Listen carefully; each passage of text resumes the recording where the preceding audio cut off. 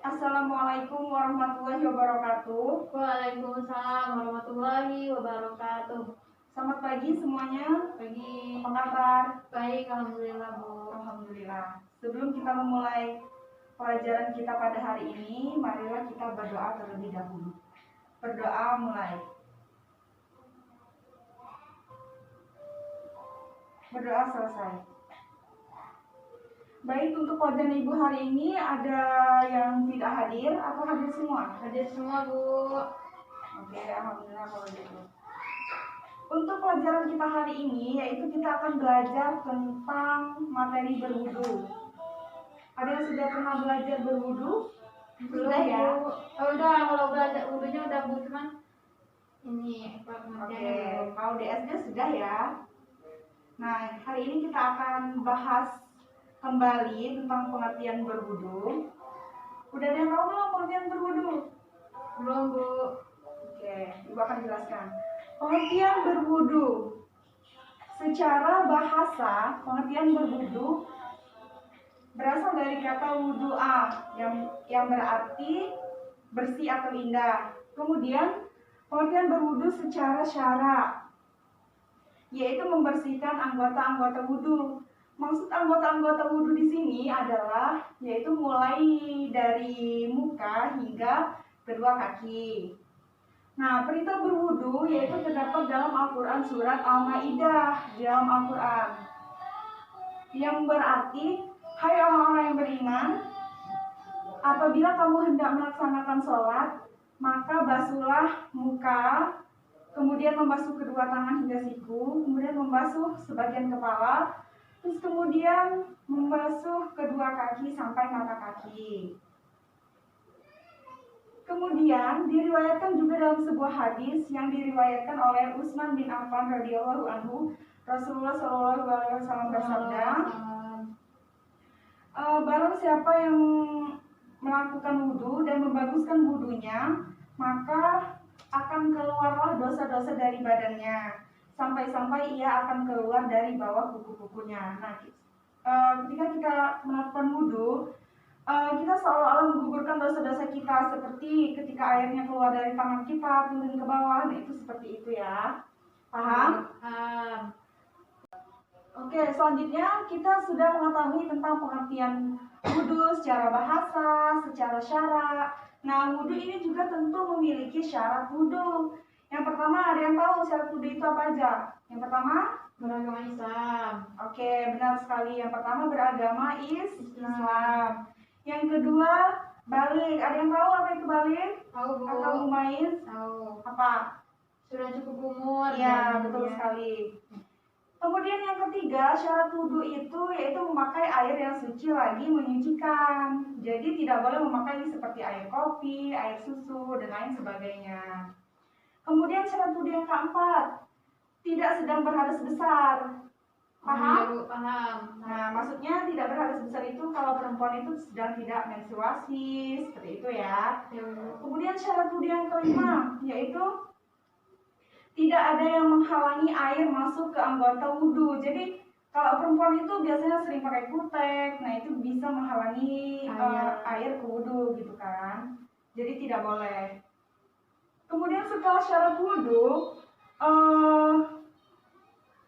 ada yang namanya rukun wudhu. Ada yang tahu rukun wudhu? Yang pertama? Yang pertama niat dulu Bu, lafaz niat. Iya, baik sekali. Yang pertama itu niat. Yang kedua membasuh muka. Yang ketiga membasuh kedua tangan sampai ke siku. Kemudian yang keempat membasuh sebagian setengah kepala. Yang kelima membasuh kedua kaki hingga mata kaki. Ya, benar sekali, hingga sampai ke mata kaki. Yang keenam, tertib. Maksud di sini tertib adalah secara berurutan. Jadi tidak boleh misalkan kita mendahulukan membasuh kedua kaki terlebih dahulu, baru membasuh muka. Nah, itu tidak boleh. Jadi dia harus dilakukan secara berurutan.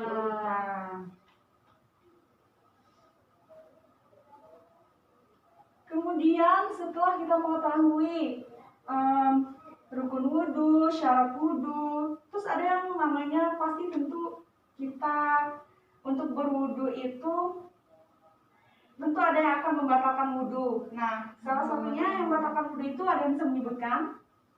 Saya Bu, Ya, silakan. batalkan wudhu ini apa keluarnya sesuatu dari kubur dan debu. Iya, seperti buang angin, buang air besar, buang air kecil. Nah, itu yang dapat membatalkan wudhu. Kemudian yang membatalkan wudhu itu juga dia pingsan, terus dia gila, terus dia tidur nyenyak tuh. Kalau misalkan dia udah lama tidurnya dan udah nggak sadar lagi, jadi dia wajib berwudhu kembali ketika hendak melakukan ibadah. Kemudian ini banyak orang yang tidak tahu bahwa menyentuh kemaluan diri sendiri tanpa alas itu juga dapat menyebabkan batalnya wudhu, ya. Terus kemudian yang dapat membatalkan wudhu itu juga bersentuhnya antara kulit laki-laki dan perempuan yang bukan mahram. Berarti kalau suami istri nggak apa-apa Bu? Iya, nggak apa-apa karena dia kan mahram. Terus kalau misalkan dia bersentuhan kulit laki-laki dan perempuan itu memiliki alas, jika dia memiliki alas maka dia tidak batal. Itu wudunya batal ketika bersentuhan tanpa alas. Kulit Ya begitu, paham ya? ya Bu. Baik, selanjutnya setelah kita mengetahui tentang pengertian berwudu, rukun dan syarat wudu dan apa saja yang membatalkan wudu itu, nah tentu kita harus praktek cara berwudu, bagaimana cara berwudu yang baik dan benar. Walaupun kalian sudah tahu cara berwudu itu seperti apa, tapi di sini Ibu akan jelaskan kembali ya supaya kalian lebih paham lagi, dan apabila wudu kalian belum sempurna maka kita bisa sempurnakan lebih baik lagi. Ya Bu. Di sini Ibu sudah mengambil materi itu, bisa dilihat gambarnya. Yang pertama kelihatan nggak? Kelihatan Bu. Oke. Nah, yang pertama yaitu membaca niat wudu. Tahu kan niat wudu? Ya Bu. Nah, itu wudu'a li rafil hadasil asghar qadam lillahi ta'ala. Terus kemudian membaca basmalah sembari membasuh tangan, ini termasuk sunnah ya. Kemudian istinsyak dan istinsyar, yaitu mengeluarkan dan memasukkan air ke dalam hidung. Sunnah juga ya Bu.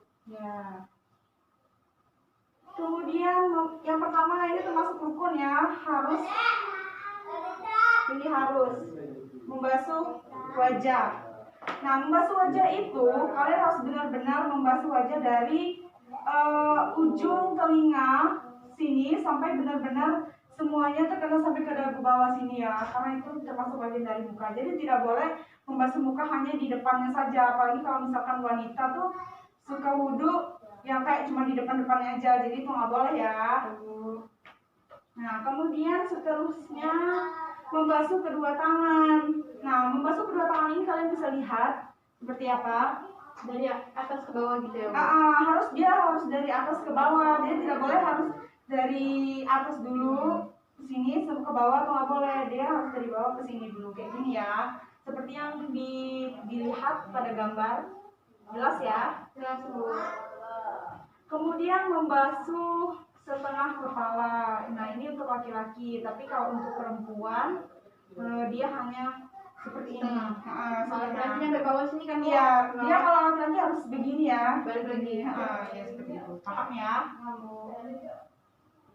Kemudian membasuh kedua telinga, ini termasuk sunnah. Jadi walaupun kita tidak membasuh kedua telinga juga tidak apa-apa. Berarti basuh telinga itu sunnah ya Bu? Iya. Tapi Iya, dia termasuk sunnah. rukun, ternyata sunnah. Iya. Kemudian membasuh kedua kaki.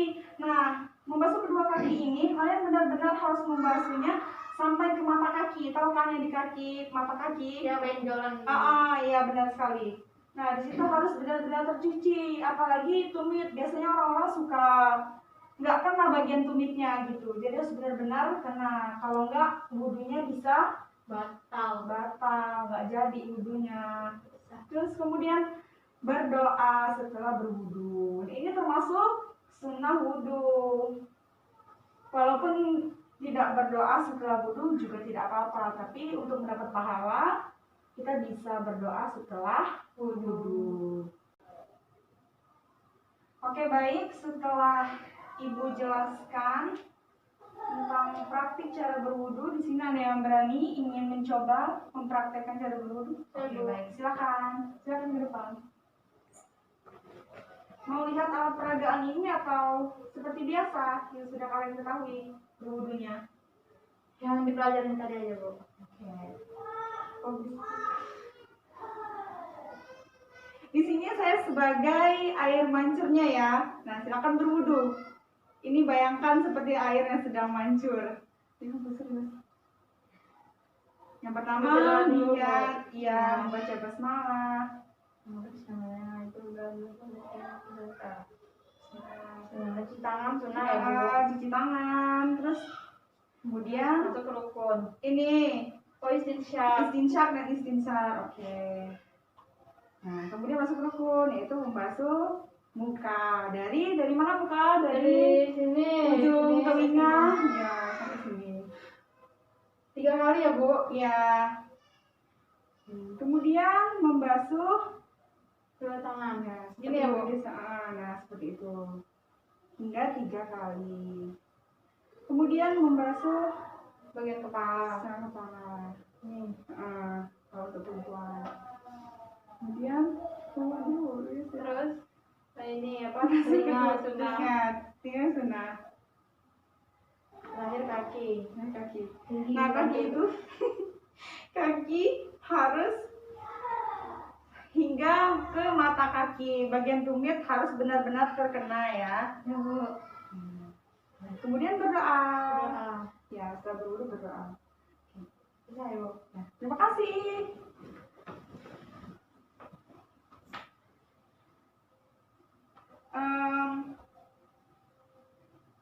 Saya rasa kalian sudah paham untuk materi kali ini ya. Ya, Bu. Kita sudah mengetahui apa itu pengertian wudu secara bahasa, secara syarak, kemudian syarat wudu, rukun wudu yang mengatakan wudu.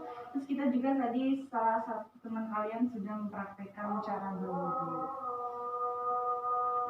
Nah, seterusnya